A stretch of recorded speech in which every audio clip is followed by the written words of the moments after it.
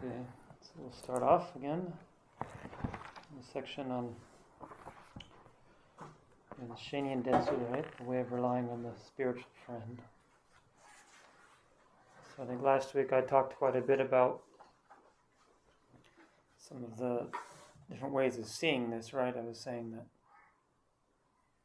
in general, this is essentially important. I think it's right that Tsongkhapa puts this at the beginning of the text as the first major subject, because this really is the root of the path, the way to rely on the spiritual friend. But I complicated it a bit by saying that the way to do so is not so obvious. It's not just so simply that you follow the book.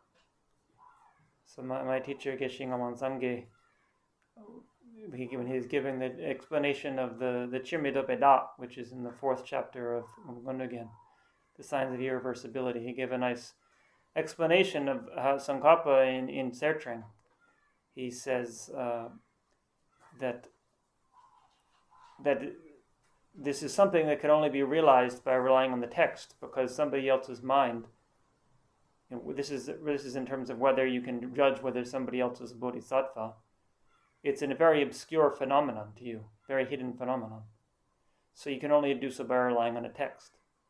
So some people take that to mean that this means, in the general, we say there's 3 kinds of phenomena. There are manifest things that you can experience with your senses, and then there are slightly hidden things that you can infer by inference, by reasoning. And then there are very hidden things that you can only really understand by relying on the teaching of somebody who sees them directly.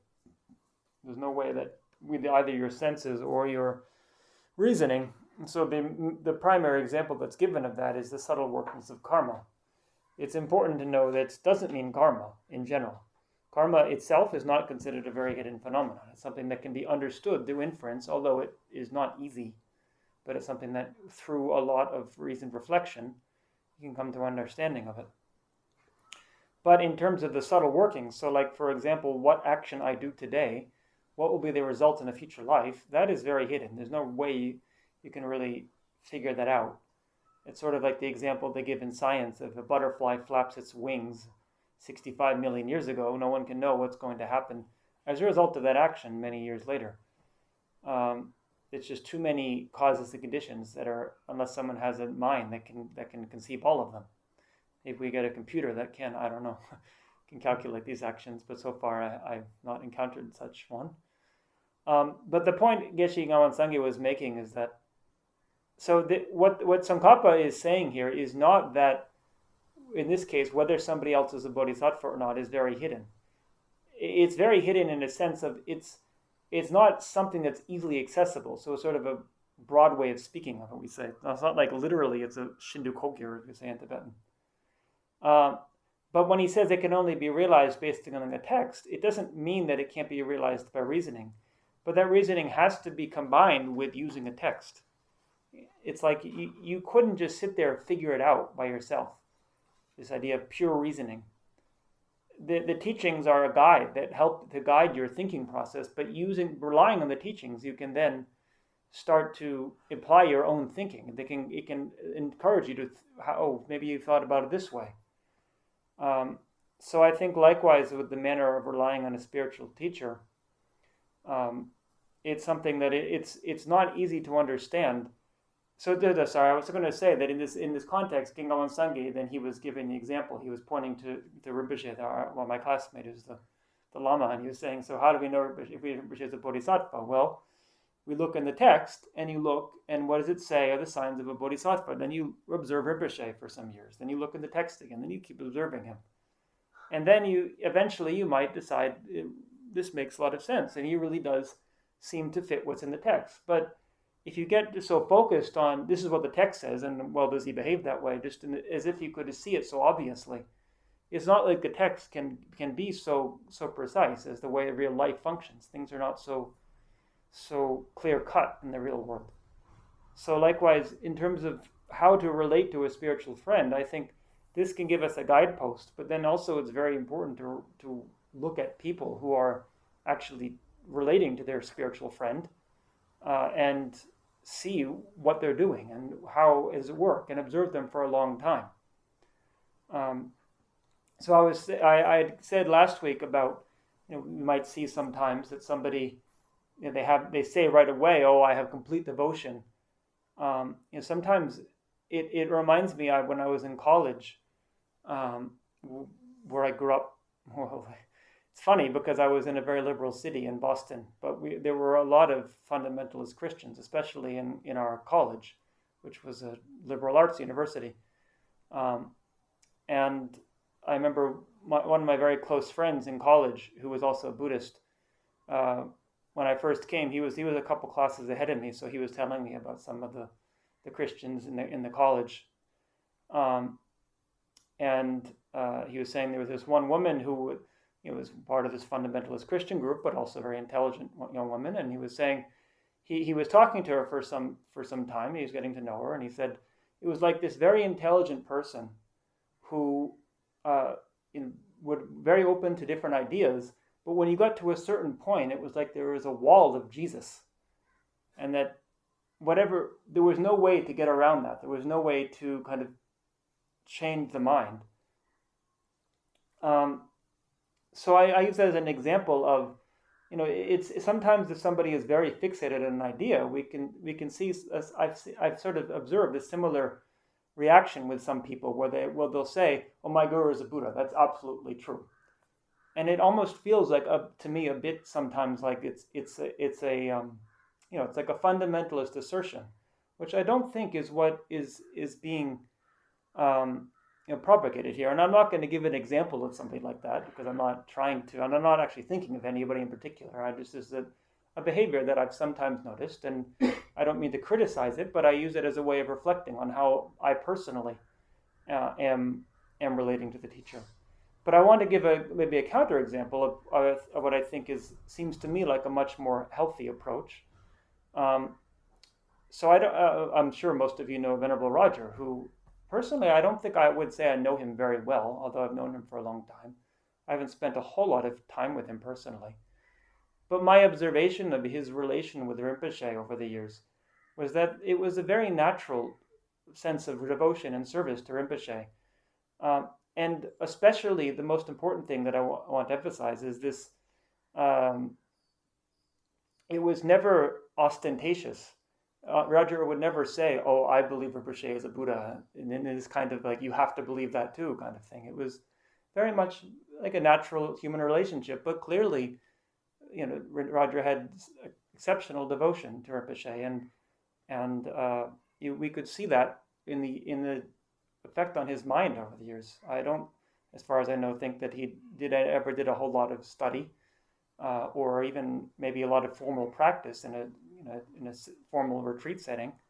But of most of the senior people that I've met in the FPMT, we could see something was quite special about his mind. There's this over the years, this similar to what he praised in Rinpoche, was there was not a lot of thought of I and what I want.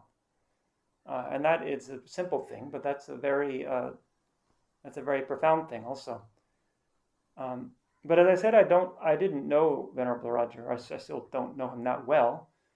But what was very helpful early on living in this house was with some of the senior people. So, as you know, when I was a young monk here, the senior monks were Venerables Gen Namdok and Jampa Kelden, who I think are both excellent examples of people who you can see the degree of devotion they had to their teachers. So it was very educational to be around them and to observe how that manifested in their lives. And they were very different in their approaches. So I don't know. I think most of you have met both of them, but I don't know how well you know them. But with Gen Namdok, we could always see he had a lot of different teachers, and he was able to serve them kind of in a very traditional way. He was very able to follow the traditional discipline of the monastery, and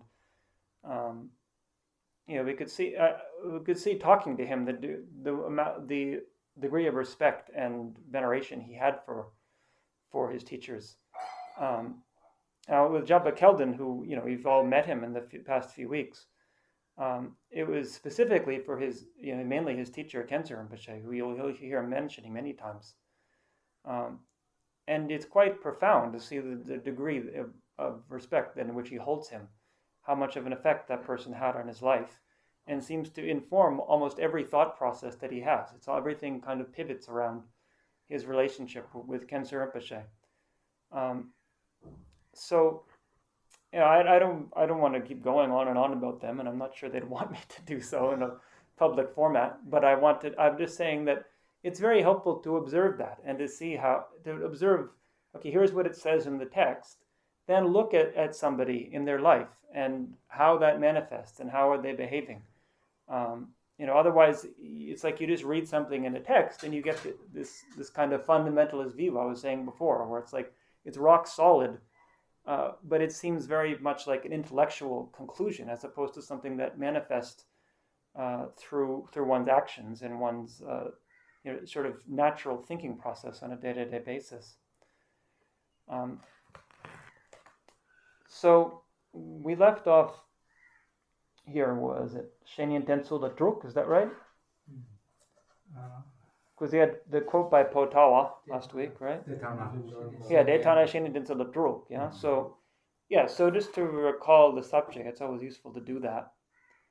Lamgi Tsawa Shenyan Densul, right? So this is the first one, the root of the path, which is the way, First of all, we have Nyepa Kepe Chir, Dungze Trode Shepa, right? So this is the subject we're in now, right? So in order to generate certainty that the teacher is a Buddha, Dungze Trode Shepa, then a little bit of digression, right? And then also I think Nyepa, it's not just that they're a Buddha, but also how to devote to them properly. It's both of those things.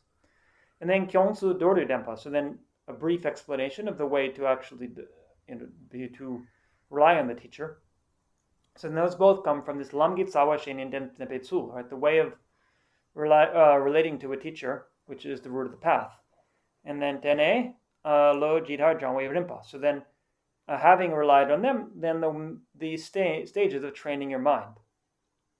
And those both come from this subject, Damga Ngugi Loma, Damga Ngugi Loma Jidhar Rinpa, right? The actual advice, which is the ways of guiding the disciples. So that's, as I said, that's pretty much the rest of the text. We've got over the introductory points, and now we have the rest of the text, which is the actual advice, the actual instruction. So the first is the way of relating to the teacher, which is the root, and then the rest of the text after that is once you are relying on teacher, then how to train your mind. So Ngeper Kepe Chir Jungse Trode Shepa is Damboni, right? That's that section. And then from that, we have this little digression, Sheni Denso the Druk, right? So actually that subject we can say has 6 sections, even though it's kind of broken up here. There's a bit of an introductory talk before that, a preamble, and then it gets into this is the 6 ways, the 6 explanations of how to rely on the teacher, right? So this is important. It's always useful if you're studying this to memorize the subject, so you get kind of oriented as to where you are. Right, so Dencha Gewe Shenin Gitsini, right? So the definition of the Gewe Shenin, which is the person on whom you rely. The Denche, so the person relying, Lo Metseni, the definition of the student. And then De Jur Tempe Tsul, right? So the way that person relies on that person, meaning that teacher. And the Dempe Peyon, so the benefits, and Ma Dempe Nimik, the drawbacks of not relying on them. And the Deraki Don Dua, so then summarizing those points. So I think in Kap Dambo Chidon, when you study this in Yongzin, which is at the end of the section on Jorlam, it's the same subject. It's the same 6 subject. So it's quite condensed, but when you study that, then of course if you have time, it's useful to read this too in LAM.RIM, because you get a much more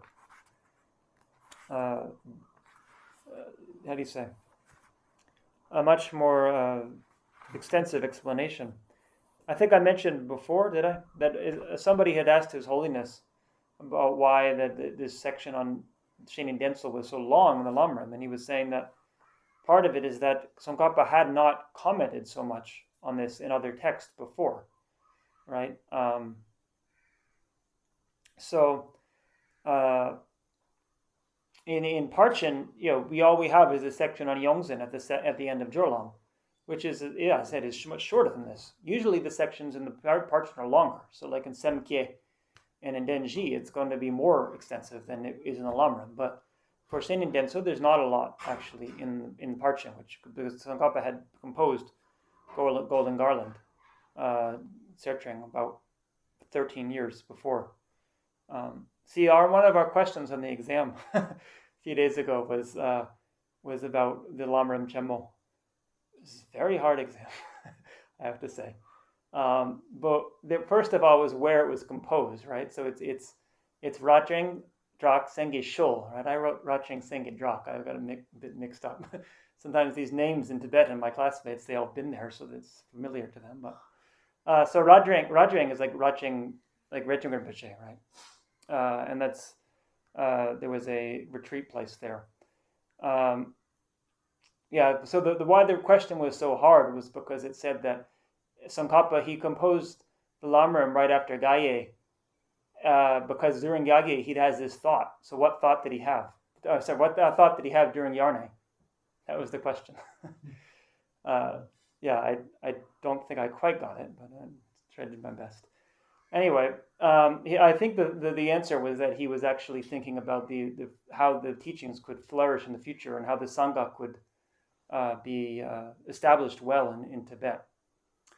So anyway, my point was when he was there at Rajang, at the same time as he was composing the LAM.RIM, he also composed these other texts, the Drangdrip Shumlam, which is the Bodhisattva vows, and then the Ngondrip Nyema, which is on the Tantric vows, and then what's it called? Rewa Kung Kongwa, I think. In English, I know it's Fulfillment of All Hopes. It's the one that Gareth Sparman translated. So that's specifically about how to rely on a teacher. And so he has a separate text on that. But that was all being composed at the same time. Before that, he had not actually written that much, except for that section on Yongzhen in Parchen. So that's part of why His Holiness was saying that this section is quite a bit longer, because it was the first time he was really going through these points in such detail. So first we have Shenyan Dencha Gewe Shenyan Gitseni, right? The definition of the Gewe Shenyan, the person on whom we rely.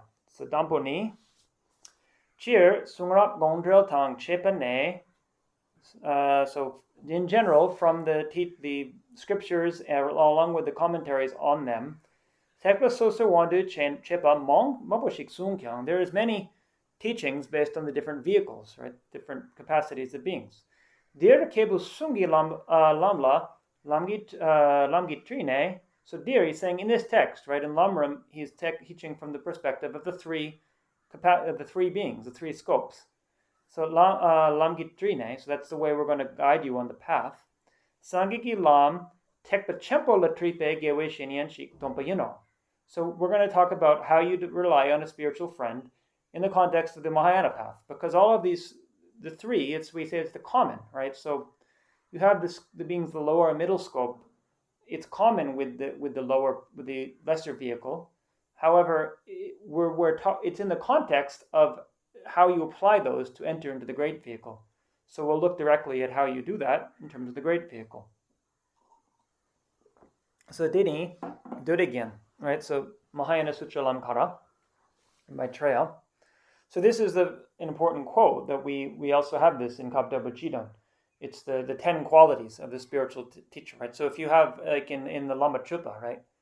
You have the requesting prayers, and then you have the second one, right? Ganlatene, Dewa Shek Belam, Tumba Upe Yunten Chudempa. So the person who has the 10 qualities suitable to teach one of those, the path of those gone to bliss. So that's these 10 qualities that are mentioned in the Mahayana Sutra Lamkara. So Shenyan Tua Shiva Nirshiva. So a Gewe Shenyan is subdued, Dua, is Jiva, pacified, Nirwa Shiva, very pacified. So that's talking about the three higher trainings. Dua is the higher training in ethical discipline, and Shiva is the higher training in concentration, and Nirwa Jiva is the higher training in wisdom. They're very pacified by that. Lakpa. So they have superior qualities to the student, right? In LAM.RIM.CHEN.MO, Tsongkhapa's other LAM.RIM text, he says that of these 10, the most important is the Lakpa, right? So in these times, he says it might be hard to find somebody who fulfills all of these, but the most important thing is that the teacher has superior qualities to the student. It doesn't mean they have to be superior in every respect. There are cases of teachers who, like we talked about before, with a Tisha and his teacher Serlingpa, and the teacher's view was superior, and Tsongkhapa and his teacher Rendawa. Although in general, when they were young, Rendawa was more advanced, but over time it became clear that Tsongkhapa was actually had a superior intellect. But at the same time, Rendawa had certain qualities that were very useful for Tsongkhapa to benefit from. So in that regard, the teacher has superior qualities in that respect, the things that you want to develop yourself. And then Sunju, right, so that they have energy, meaning if they had great qualities but they don't have any energy, then they're not going to make much effort to teach. And Longichok, so they're rich with how do you say? Rich with scriptures, right? They're heavy with scriptures. A few years ago, when I went to see, again Namgyal Chupel, when he became Gache a couple of years ago, I went to offer him a kata, and he asked me what am I memorizing these days, and I said I've been memorizing the Vinaya, the Domsik, right, the summary of Vinaya. And he said, well, you've been memorizing all these texts over all the years. You must be getting pretty fat. And I said, well, I seem to be as thin as ever. He said, yeah, but you're getting fat with pecha, right? That's the idea. So you want to be weighed down in a useful way with something worthwhile. So then Deni Rabdu Dokpa. So the Deni Rabdu Dokpa means realization of emptiness, or more generally a realization of things as they are, but this is ideally that they have the realization of emptiness. And Make Den, so they're skilled in speaking. They can communicate effectively.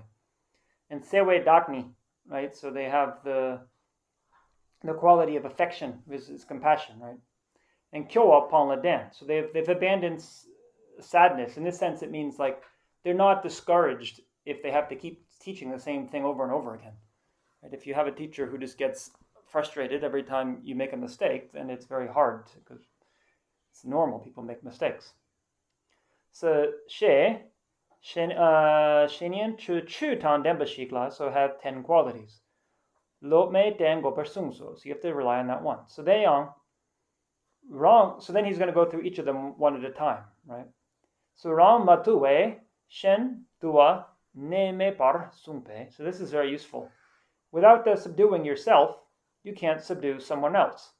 There's no ne mepar, means there's ne here is short for june, right?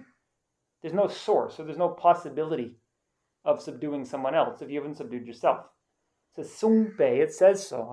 It doesn't say where. I'm not sure. We should research. Maybe in the, I don't know if it says well, I'm not actually thinking of that Tibetan version you have with the where it gives the quotations. No. Yeah, it doesn't give, but we can look maybe in some of the commentaries. It would say where it says that. It would be useful to know. So Shen Due Lama De Tok Mar Rangi Gyu Due Shigoso. Right. So for a lama who's going to subdue others, first has to subdue his or her own mind. Has to have subdued. Right. It's the past tense. Ona Jita Due Shik Go Nyamshina. So well then, in what way must they have been subdued? Gangjung Jungi Drupa Chene Tope Yonden du Gangjung Drupa Chene Yonden du Ming Tapade. Yeah. Okay, so yeah. So gang, this expression in colloquial, gangjung mangjung, right? It's like kind of whatever, like reckless behavior, just doing whatever you feel like. So gangjung jungi drupa chene. So they do whatever they happen to do, whatever they happen to achieve. So then you call that, you impute that as a quality of realization, whatever someone happens to do. You say, oh, this must be realized. Regula yope mi pempe. So just having such a thing in your continuum, that's not going to benefit. The point is, if you just say whatever somebody did, oh, he did a great thing, you must have realizations. That's not really going to benefit. So Gyawe Tempa Chi Tan Tumpe Gyu Du Dulup Shikote. So they need to subdue themselves in the manner of a way that accords with the general teachings of the Buddha. Right? It's not just they subdued themselves with drugs or something else. So they Deni Lama.RIM.CHEN.MO Sumdungepe. So this is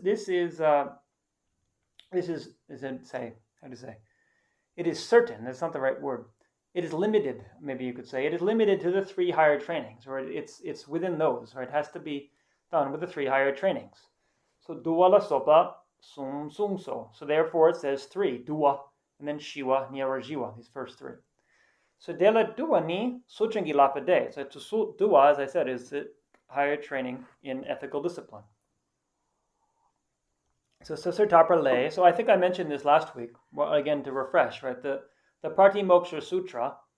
This is what we recite or the abbot recites at Sojong. Right? So it's not that the Buddha just sat down one day and taught the Pratimoksha Sutra, because as we know, all of the different downfalls and the vows related to them, they came about in reaction to somebody's behavior. So it was a gradual thing. But during the lifetime of the Buddha, every time he made a new rule, they inserted that into this, and they would recite it together at Sojong. So even at the time of the Buddha, they were reciting this sutra at Sojong. And we can know that because it's actually mentioned in many of the vows. So like you have the, Seche Kering Dado, yeah. Dado. So this is just now. That's the name of the vow, or the downfall. Just now. So it refers to a story of how at the Sojong, during the time of the Buddha, the group of 6, the notorious group of 6, right, who is Charka, Charka, Dumpa, Zao, Zaleke, Gao, and Yiga, right, the six. You'll notice if you read the Vinaya that most of the vows were related to something they did, these 6 people. So they were hanging out at Sojong one day, and they were reciting the Vinaya Sutra, or the Pratimoksha Sutra, and they got to the vows of Gelong should not start a fire, Gelong should not dig the earth, and they just said sarcastically, "Oh, I didn't know that. I just learned that now." So the Buddha said, from now on, if anyone's been to Sojong at least 2 times, then it's no longer an excuse to say I didn't know about that vow before. So we can see that this was gradually built up, because now that vow is in the Sotariki-do. So obviously after that incident, then they got a little longer each time, right? So nowadays we recite this, and the abbot this last Sojong for the Gelongs, he recited the entire sutra. So it's the first time I could actually listen to it and understand a fair amount of it, because we've been studying this year and we know the names of all the different downfalls. So anyway, Dr. Bepe Dawahi Semta Kalen Kawala. So Dr. Bepe, so with constant effort, Dawahi Semta Kalen Kawala. So Semta, the horse of the mind, Kalen, it's difficult to restrain it, or to len is like to fix, right? Da, I'm not sure actually, but da, that's an unusual word. Yeah. And then tumpe sernun gyawahi to tumpe sernun gyawahi sapni. So sap is a saddle, yeah. So ser tardiyam. So the pratimoksha is a saddle that the gya, yeah. So gya in this context is the thing that restrains. It's like the boundary, right? So sernon is like to drive a nail or a stake into the ground. So this is the saddle. We can say the tether. It's like restraining the horse, right, into the ground. So it's referring to the wild horse of your mind. So I would expect da might mean wild, because yeah, it's in Shudra. Da, shengi legi lungi de, shengi legi lungi de. It's the same verb, de, da. Yeah, stray. That's right. So in Chandrik it says shengi legi lungi de. They stray from others' actions. Is the idea that somebody who is is somebody who follows desire is always under the power of whatever person they're attached to, and they end up going all over the place. So here, these vows of individual liberation are the bridle set with sharp nails. With constant effort, they are fit for the difficult to rein horse, the straying mind. So so da is to stray from the goal. Shepatong and a Lung.RIM.CHEN. So then a little more about the Vinaya, in case you're interested. So we have in the Vinaya, again, I think I mentioned this last week, we have the root sutra, which is the Patimokkha Sutra. Then you have the explanatory sutras, which there are 4. So these are, again, explanatory, but they're still within the time of the Buddha. They're not that they were explained later. Right? So they're because as I said, the Vinaya, the Patimokkha Sutra is very condensed. It's just every time the Buddha gave a rule, and they added a couple stanzas about that. But then in the 4 explanatory, so you have the background story, and you have all the other details related to it. So within that, you have the first is Shi Chubdun, the Lung Shi, right? So it's a Vinaya Vastu, right? Vinaya Vastu, I think. Lung Shi. Yeah, I think it's Vinaya Vastu. Yeah. Dua Lung Shi. Dua Lung Shi. Shi, it's like basis Vastu, yeah. So that is the 17. That's considered the main one, right? So you have the 17 bases, the Vinaya bases, right? Which are, just very briefly, the Vinaya bases are ordination, sojong, yarne, daye, kopak. Yeah. See, we don't even study them until next year, so some of them I'm not even exactly familiar with what they mean yet. Men, which is medicine, which also has to do with taking food, and then gu, which is clothing, and then sakyang. So when you you relax the rules, which is something that happens like we do next week with chapshu. That's a form of sakyang, right? And then goshambi, which I'm also not quite sure about yet. And then you have like po, sojong. Anyway. And then nemel is bedding. So it's all these different aspects of the monastic life, right? So that's the Shi Chibdun, the 17 fundamental bases of the Vinaya. So right now in our studies, the first 2 years of Vinaya, we only study the very first one, the Rabjung, how to ordain, because that includes then the second class of I said the first one of the sutras is the Lung.RIM.CHEN. So the second one was Lung Shi. Was Lung Ji. The second one is Lung.RIM.CHEN, right? The Vinaya Vibhanga, right? Mm-hmm. So this is the explanation, or I think exegesis is how they have it in English, of the Vinaya. So that goes through all of the different downfalls for Gelongs and Gelongmas. So that is part of the Rabjugishi. It's part of the very first basis, which is how to ordain, because then you have, once you've ordained, how to restrain yourself from how to maintain the vows you've taken, right? So that's the Lung.RIM.CHEN, which is also, those two are considered the main texts, right? Those are the fundamental Vinaya texts, those first 2. Then you have the third one, which is Trensek, which means like minor texts. So that has to do with like points that were not clarified in the first 2. So it's like considered a commentary that fills in the points that were maybe unclear. Then the fourth one is called Lung Dampa or Lung Lama. So that is said even more clarifying. So it's like the commentary to the commentary. But again, it's all teachings of the Buddha. So like Lung Dampa has 10 chapters, and the first chapter is Shua, which is questions. So it's this is what we get quoted a lot when we study the Vinaya, the questions. So it's somebody asks the Buddha a question to clarify the meaning of one of the vows or one of the downfalls. And then there's others. So Shua Dulce, which is pacifying. Shua Dulce Chicle Tro. So then what does it say? Digression from one. So that if you have the Pali Canon, right, the numerical discourses of the Buddha in Eka something. Ekatagadara, something like that. It's Chicle Tro in Tibetan, right? Digression from one. So this is the Vinaya, and then you have the Choktungido, I think I mentioned last week, which are the sutras that focus on a particular point. So this is for the Getsuls also, when the abbot recites the sutra on pure morality at Sojong, that is one of the Chokdungi Do, right? Because it's not actually explaining any particular. It's not going sort of through the Vinaya and the rules. It's just focusing on what are the benefits of morality. So that's included in Vinaya, but it's not one of the main texts.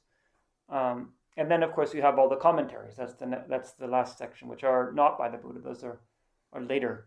So that's actually, of course, what we study here. We study Gunaprabha's commentary, the Vinaya Sutra.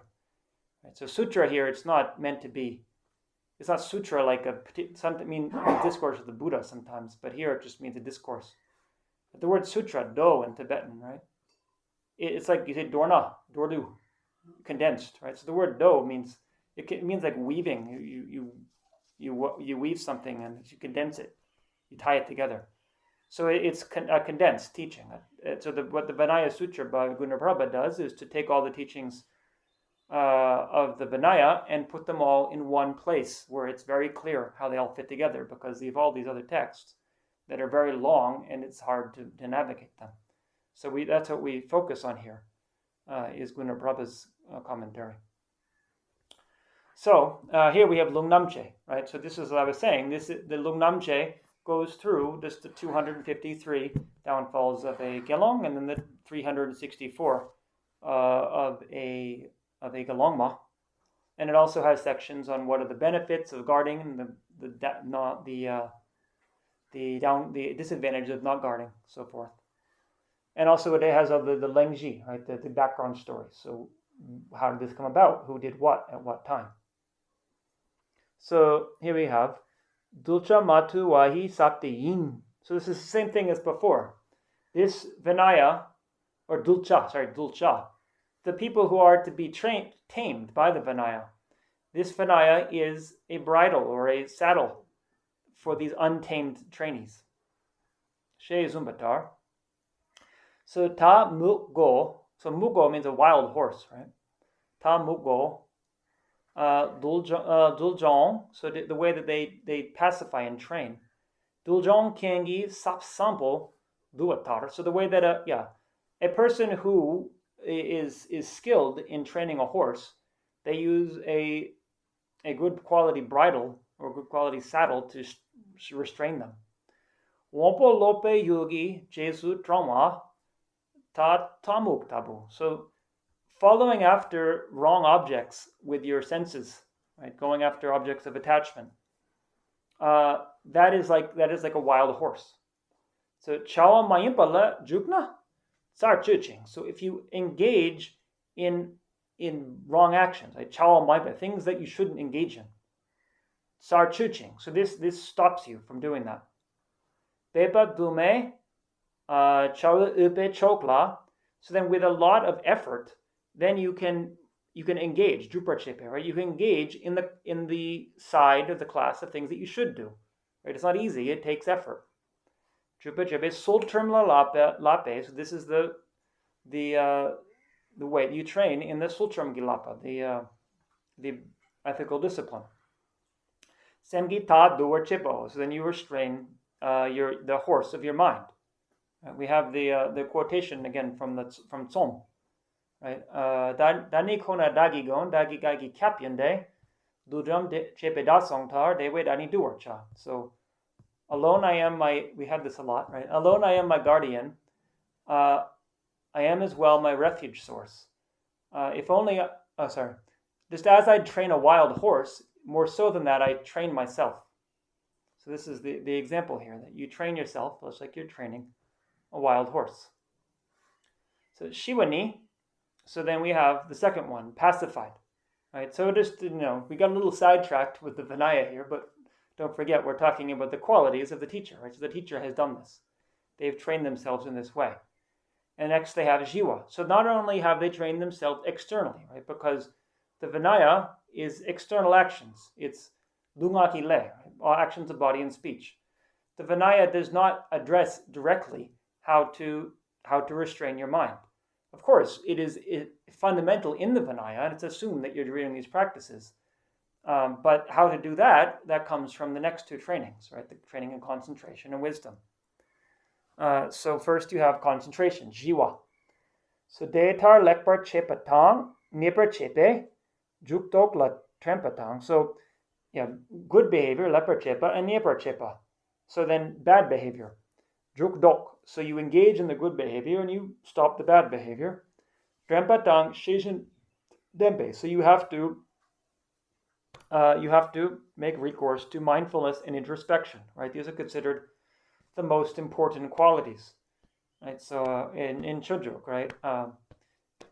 Samsun dopa namlani chepatani shijin dak tamchi bebe sungsikche tani de tamar jar, right? So those who wish to restrain their minds, please make all effort to apply mindfulness and introspection. With folded hands, I beseech you to please do so. So these are considered the most important mental factors for training your mind. So maybe we talk a little bit about them, although we go on and on, but maybe it's helpful. So of course, Jigdral you'll know because we've already discussed this quite a bit. But I think it's very important to understand what is meant by Trempa. Right? It's very easy to misunderstand because there's a lot of ideas about this these days.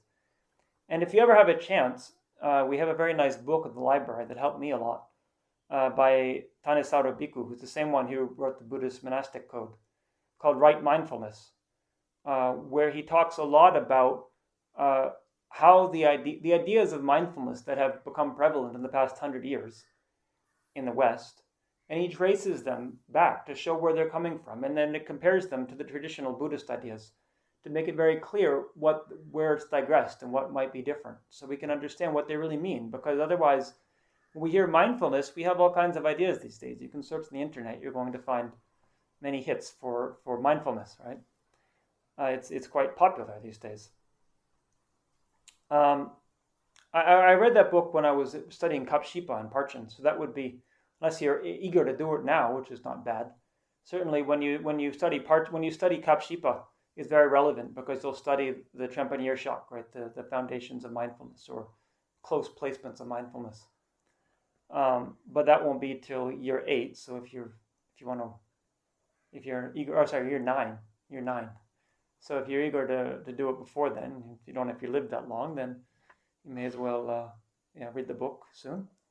So anyway, so Trempa, right, as you know, Trempa in Tibetan means memory, right? And it's the same in Sanskrit, right? It's Smriti, right? If I pronounce it correctly, Smriti, yeah.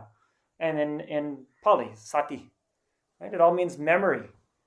So mindfulness is because the translator who originally translated it, the Pali Canon into English, Rhys David,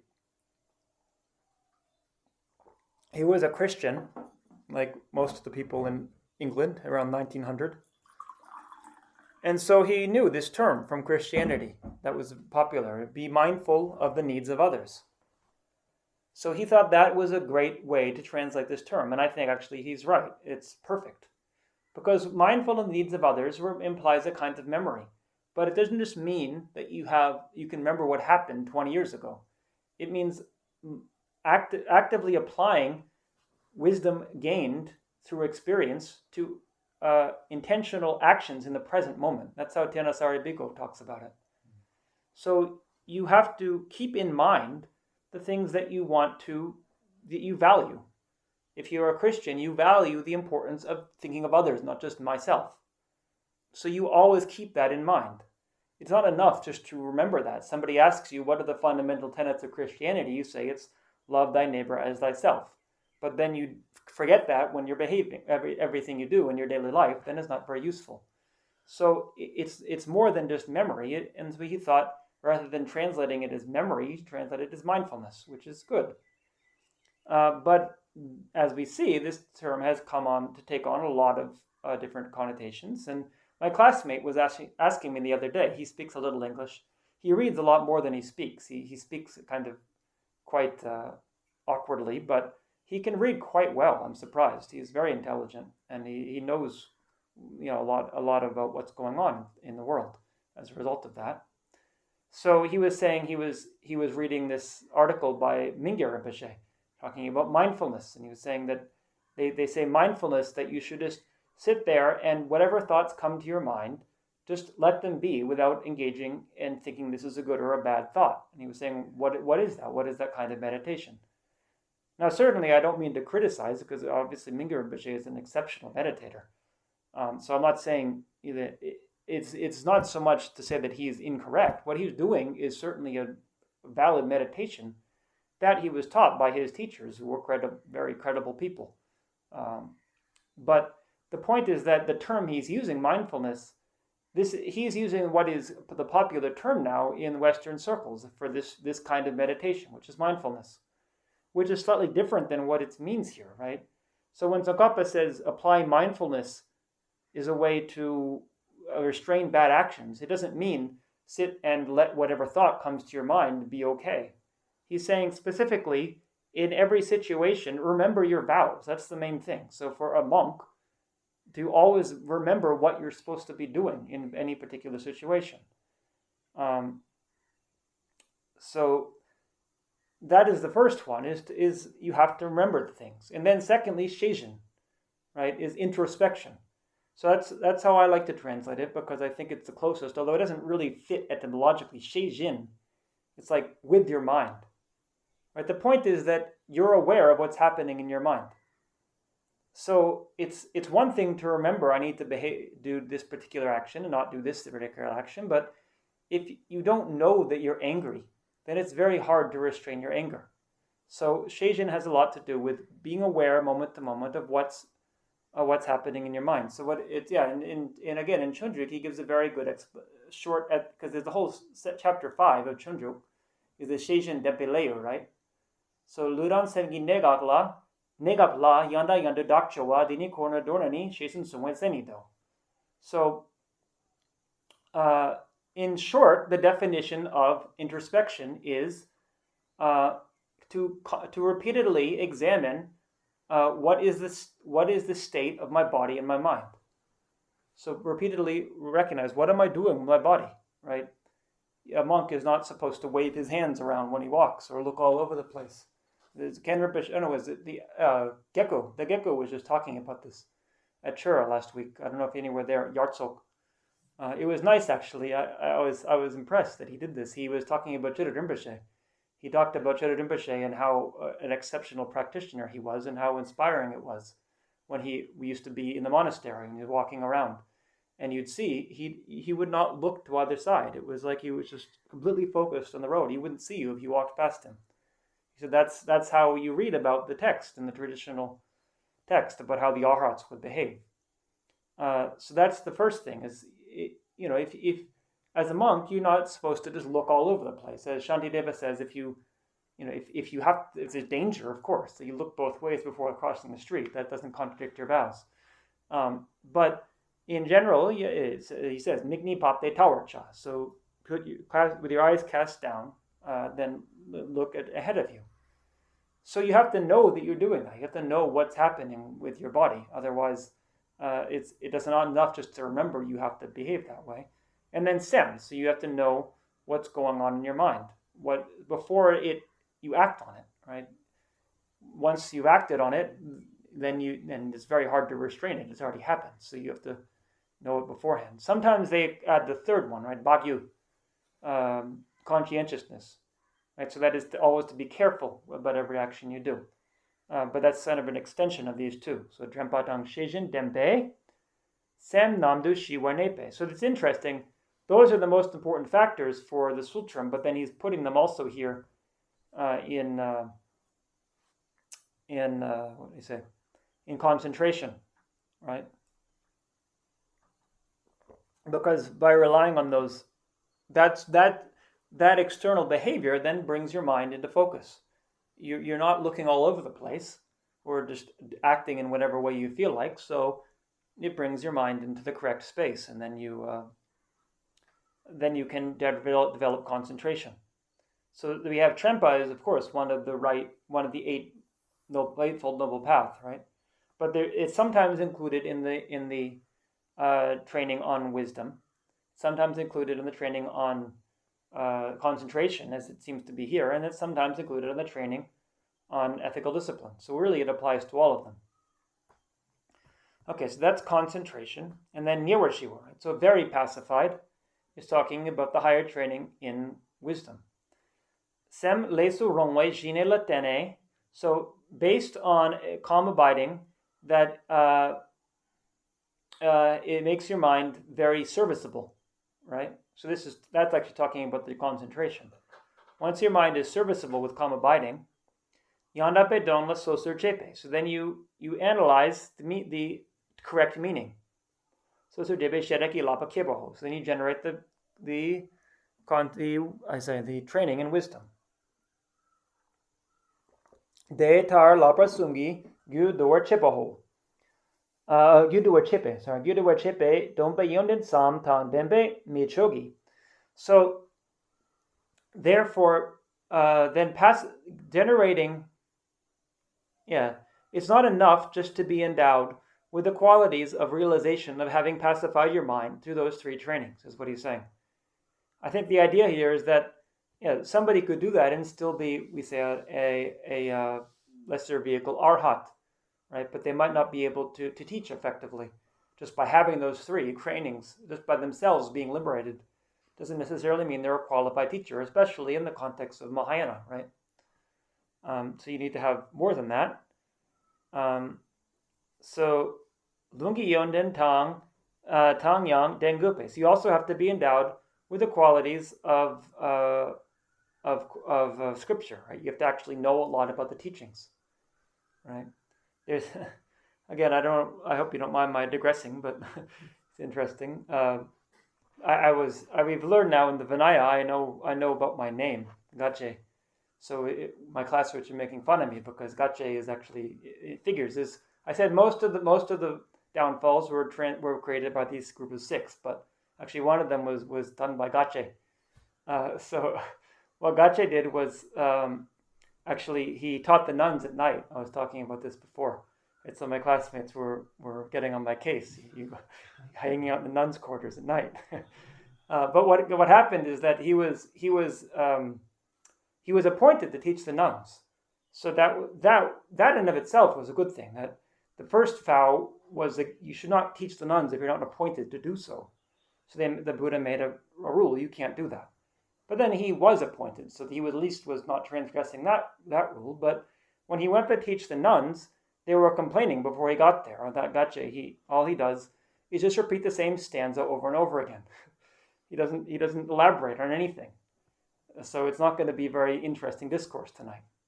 Or today, actually. Sorry, today. So he came, and that's what he did. He just repeated it over and over, and they were bored, and they were complaining amongst themselves. So this is the nice part, at least, perhaps. So then Gache, he knew that they were bored, so he ascended into the air and started doing acrobatics in midair while repeating that same verse. And they were all very excited, and they were looking, wow, this is the best discourse we've ever seen.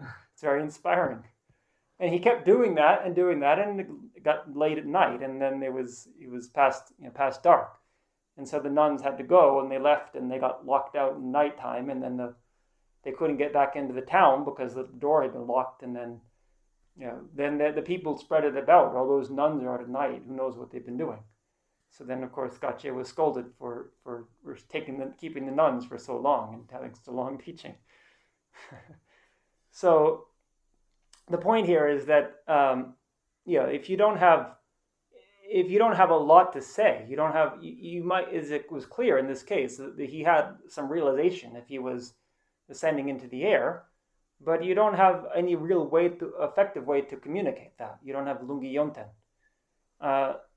So there's examples like that. What made me think of it is you have these examples in the sutras, like LAM.RIM.CHEN.MO, right? The monk who he didn't know a lot. He had a private realization from sweeping the temple. You might know this story, but he personally he didn't have a lot of knowledge of the Buddhist teaching, so it makes it one more limited in what you can teach. So lungi chok chepani. So therefore, when you say that somebody is rich with scripture or weighty with scripture, teno sum la sopa la manto topatan demboho. It means that they are endowed with a lot of hearing, or a lot of a study of the 3 Pitakas and so forth. So Gewe Shenyan Dompe Shelne. So this is from Geshe Tompa, which is Drom Tompa, right? Drom Tompa Sherab Jungne, the Atisha's disciple. So Tekchengi Lama Chawar Shipa Na. So if we talk about the activities of Mahayana Lama, Jam Lepar Go Akila Laktu Lempana.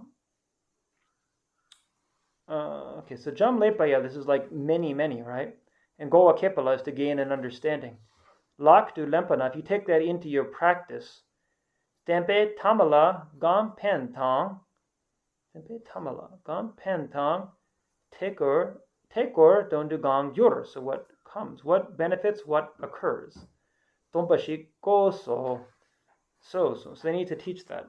So I think I told you when we started, these were the things that were going to trip me up the most with these sayings of the Kata masters. It's a colloquial Tibetan from the 12th century, so it's a bit opaque. So let's see.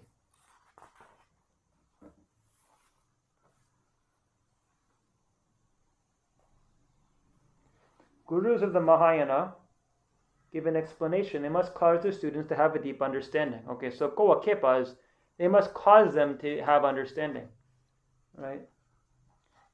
When they put in the teachings in the practice, so Laktu Lempa Na, they must demonstrate what is helpful at a time when the teaching is on the wane. So Dempe Tama in this case means the end of the Buddha's teachings, right? The time when the teachings are declining in the world. The Gam Pen, they need to show what is beneficial. So the point, he doesn't mean in the future. He's saying, because they use this example as this is happening now, like the teachings are on the decline. So at that time, at the very least, they need to show what's beneficial. And a tekar du dongang gyurdompa is what is useful in the situation at hand, right? So tekar, like right away, right now, they need to show what is useful, not just something that's abstract. So deni dopa ni. So then we have the 5th one, right? The realization of emptiness, I said before. So it's a bit, the order here is different than was in the verse, right? We had Yonan Lakpa in Sundru. We skipped those, but we'll come back to them. So Deni Dopani, Sheraki Lapa Keparchen. So that we had the Sheraki Lapa before, the how do you say? The training in wisdom, but his is a specific kind of training in wisdom. So Chu Dakmed Berdobaham. So it's the realization of the selflessness of phenomena. Yana de konani ngonde gyurpa so zungde. So or they've actualized emptiness, which probably means they have a direct perception of it. De menians, even if they don't have that, so they at least need to have realized it with scripture and reasoning, even if they don't have a direct realization of it. So de ta lungrik tang denya loma le mempatang nyabe michokbe. So even if they have these qualities of scripture and realization, if they're inferior to the student, mempatang manyape or nyape, or if they're equal to the student, michokbe. So that's not enough. Lakpa. They need to have superiors. That's the next quality. Shikote Zaje ki tsomle. So again, from the Dharmapada, tsom. So Zaje is the friend, but that's talking about virtuous friend, right? Because I talked about before, there's the different chapters of Som, and each chapter is a different theme. So these are things on the virtuous friend. So Mempa Tempe Miga Nyamgyur Jing. Midak Nyamgyur Jing. So by relying on an inferior virtuous friend, one who's not inferior to you is the point, not that they're inferior in themselves, then it won't purify you. You'll actually degenerate because you'll become more like them. Tekar bapa dembe sonane. So if you rely on someone who's equal to you, then you'll stay in the same place. So dembe dampa tobgyur. So if you rely on the main one, which means like the best kind, then you'll achieve greatness. Dampa tobgyur wa. So therefore, Rely on somebody who is more main or more primary than you, but really that means who is superior to you. So then it's saying, what are they? They're pacified through the ethical discipline. Sherap checho dempai, and they're endowed with superior wisdom. So ganyen detena. So if you rely on that person who is primary in that way, so awakyang chetso gyur. So then you'll be even more superior to the superior. She sumpe churo. Okay, so yeah, maybe we can have question and answer now. We didn't get very far, hope you don't mind, but it's very important material, so maybe it's good to take it slowly. As long as you don't mind, that might take a few years to finish. Yeah. Yes. If anyone has like a content-related question, this is something I've read, and you can let me know if maybe you don't think it's so relevant. But there's an article from somebody called Venerable Pandita who wrote from I think Dickinson College, and it was very interesting in his analysis, both in the Pali and you can also I checked the Sanskrit. The group of 6 monks can be translated in 2 ways. Okay. So it could mean actually exactly as the group of 6, which are those 6. But it can also mean, as in English you would say, the 6 monkers. So those following the 6 monks. So that would mean like a follower of a group of 6. So his argument was also, it seems a bit implausible that you have the like same 6 all people. these 6 troublemakers, like as if they were like a troll running through. And so, but then the question was there some kind of rift, or did they have like followers that kind of? Yeah, you're right. They did. So it might be the case, because I've been reading also in the Pali about it, right? And they seem to interpret it a little differently, right? That they seem to sometimes say that it was. I think Tana Sarabiko, he says some group of 6 monks, so like maybe some followers of them. So that they had people who followed them. So it's not clear, but like, for example, when it talks about them, oftentimes it references, it was one of those 6. Like there's like, for example, in the Belcourt, right? So of Gelong should not carry a large pack, right? Like if you walk around with lots of luggage and you walk really far, then people are going to think, who is this guy? He's got so much stuff. So in that context, it specifically says the group of 6 except for Charka. So that would imply that it's the other 5, right? And then in some of the later, because the stories of how the downfalls came about, it's in terms of time, right? It's like you say, temporal. That's not the right word. It's in like the earlier downfalls are the ones that happened first, right? Yes. So the later ones, gradually, their band broke up a bit because Charka became an arhat, right? And then Saleh K and Zhao, they died. So then it says like, the group of 6 was in tatters, and Charka had become an arhat, and Saleh K and Zhao had died, and now only Nyerga and Gao were left, and they were so sad because they were left alone. And so they did such and such, because they actually were expelled in the end, Nyerga and Gao. So the story of how they got expelled, that actually related to 2 of the downfalls, because how they reacted to it. Right? They were very different. So Nyerga, he talked back and was criticizing because he was that kind of person. But then it says Gao, he was much more timid. So he tried to sneak out when they had the meeting to expel him. He tried to sneak out of the meeting. So then they have the downfall of trying to sneak out of a meeting, right? So, so it would appear that they're talking specifically about the 6 people. But that would be a useful thing to research more, because as I said, in the Pali, it does seem to imply something a little different. And Patanasaro, he kind of implies it could just mean some group of 6, like a general term, as opposed to those 6 people. It's just like a way of talking. There was a group of 6 or so people. That's a third possibility. So that it's worth looking into that. I guess I'm not an expert on these kind of things, but yeah, it would be. It's quite surprising, and I actually find it, a little bit. It would be more inspiring, perhaps, if we could see that there were many monks making mistakes, as opposed to everyone was perfect except for these 6, right?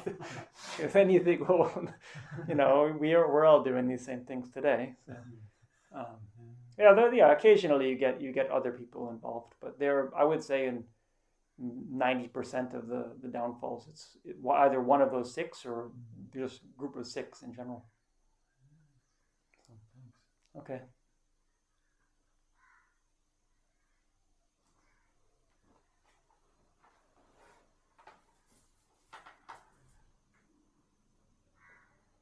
It's interesting. I don't that this part talks a bit about the Vinaya and the importance of it. When Buddha himself said that the Vinaya should be our teacher when Right. Buddha's no longer here. So Yeah. It seems quite fitting that it's in this section on the Yeah. and how to follow the teacher. Yeah, it's interesting because, as I said, we got a bit sidetracked with it. I started talking all about the Vinaya, but actually this section is about the spiritual teacher. But he's bringing in quotes from the Vinaya. Right? Yeah, because it's, as you see with Tsongkhapa, he very rarely quotes past Tibetans. He does give occasionally the sayings of the Kata masters, but other than that, you almost never see him quote a Tibetan commentary, and it might seem normal to us now, but at the time that was considered quite, what's the word? It was, a lot of people were a bit taken aback by that, because there had developed already for 700 years a tradition in Tibet of commenting, and most people, when they taught, they would teach from the Tibetan commentaries. And he just went straight back to the Indian sources and didn't really give many quotations from those commentaries. But especially here, we can see that he's showing this isn't just a Tibetan tradition. We have these sources in the teachings of the Buddha himself. Yeah.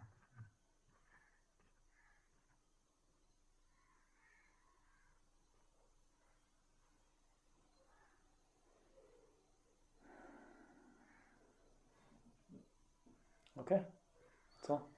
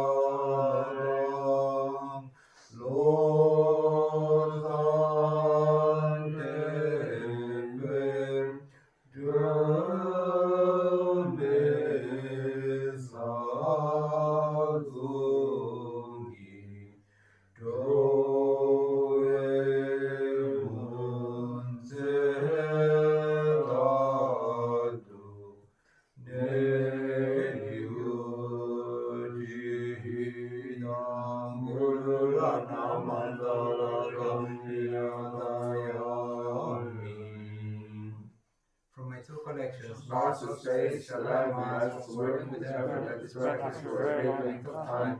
May Gelong, the chief leading Buddha for all those whose minds recently blind to ignorance, that if I do not reach this state, may I become much innocent of all lives and history. May I find it best to complete great paths to teaching, and may I please all the Buddhas by my practice. Using skillful means drawn by the strong force of compassion, may I clear the darkness of the minds from the beings who points the path as I have discerned them. May I uphold the Buddha's teachings for a very long time. With my heart going out with great compassion, in the direction the most precious teachings are not yet spread, or once spread have declined, may I lose just as happiness have made. May the May minds those wish for peace, and the Buddha's deeds be nourished for a long time. Even this graded path to enlightenment, due to the wondrous and virtuous conduct of the Buddhas and their sons. May all human beings who live in adversity and create conditions for practicing the excellent paths never be parted any of their lives, the pure path raised by the Buddhas.